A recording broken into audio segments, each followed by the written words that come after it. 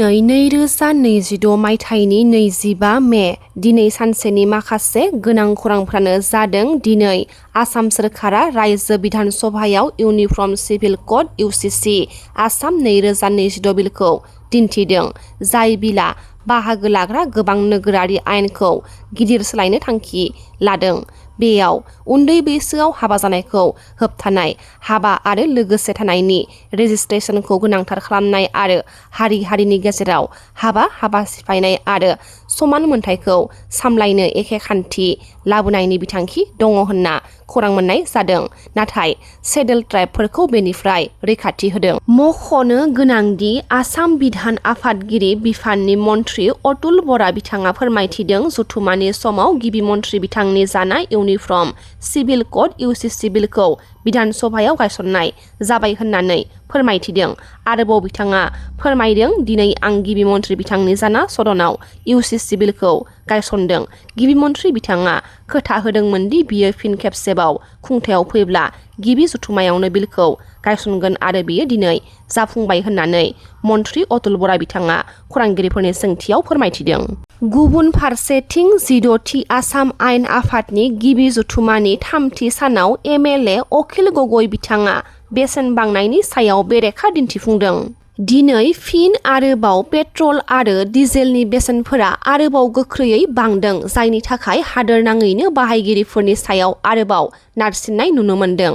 बावैसो बारायनाय बायदिब्ला पेट्रलनि बेसेना लिटारसेयाव 2.61 रांसिम बांदों आरो डिजेलनि बेसेना लिटारसेयाव 2.77 रांसिम बांदों।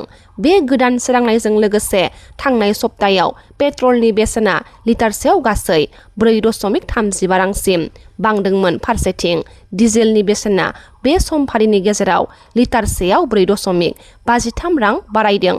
गले-गले थावनि बेसेन बांनायनि जाउनाव हान्थामेलानि बेसेन आरो गोनां मुवा बेसादफोरनि बेसेनफोराव गोहोम गोग्लैगोन होननानै साननाय जादों।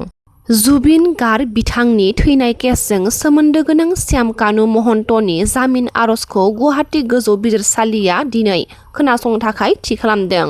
बेयो आसामनि गासै रायजो राजाफोरनि गेजेराव गुवार गोसारनाय बे केसनि 3थि खेब खोनासंनाय। बेनि सिगां केसखौ मे दाननि 15 अक्ट' आरो मे दाननि 22 अक्ट'आव बिजिरगिरि मिताली ठाकुरियानि सिगाङाव खोनासंनाय जादोंमोन। बिजिरनाया सोलिबाय थानाय समावनो दायनिगिरिनि समारि आयेनारि रेहायनि सायाव थांखि लानायाव बे खोनासंनाया गोनांथार जागोन होनना मिजिंथिदों।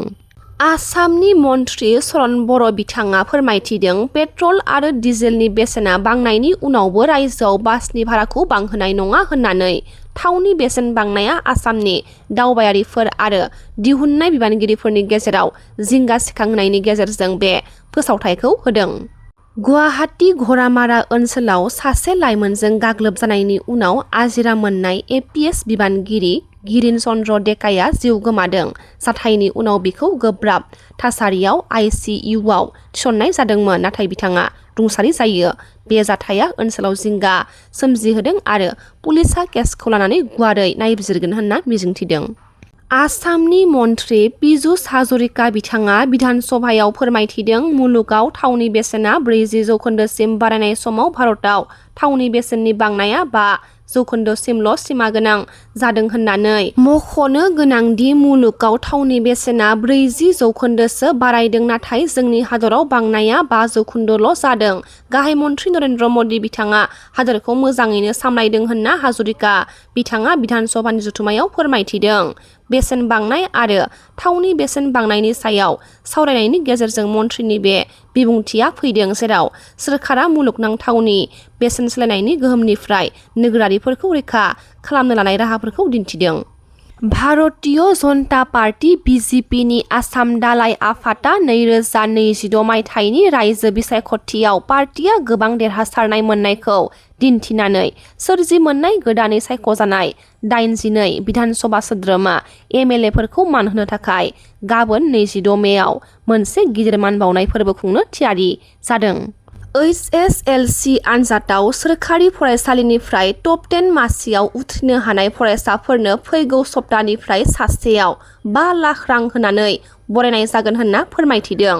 लोगोसे MIL आयदायाव बांसिन नाम्बार मोननाय फरायसाफोरनो 3 लाख रां होनानै बरायनाय जागोन होननानै रिन्जय बर' बिथाङा खौरांगिरिफोरनि सोंथियाव फोरमायथिदों। गभर्नमेन्ट हिसाबै फैगौ सप्तानि गेजेराव जोंहा बिटिसि सरकारा जायफोर माने टप 10 पजिशन मोनगोन रिकगनाइज माने स्कुलफोरनिफ्राय गभर्नमेन्ट स्कुलफोरनिफ्राय टप 10 पजिशन मोननो हागोन बेबायदि स्टुडेन्टफोरखौ माने साफायाव 5 लाख थाखा होनानै बरायनाय जागोन। MIL साबजेक्टआव हाइस्ट मोननाय स्टुडेन्टफोरनो साफायाव 3 लाख बेनि डाटा कालेक्शन अलरेडि जाबाय आरो बिसोरखौ बावैसोनि गेजेरावनो जोंनि सरकारनिफ्राय बरायनाय जासिगोन आरोखि।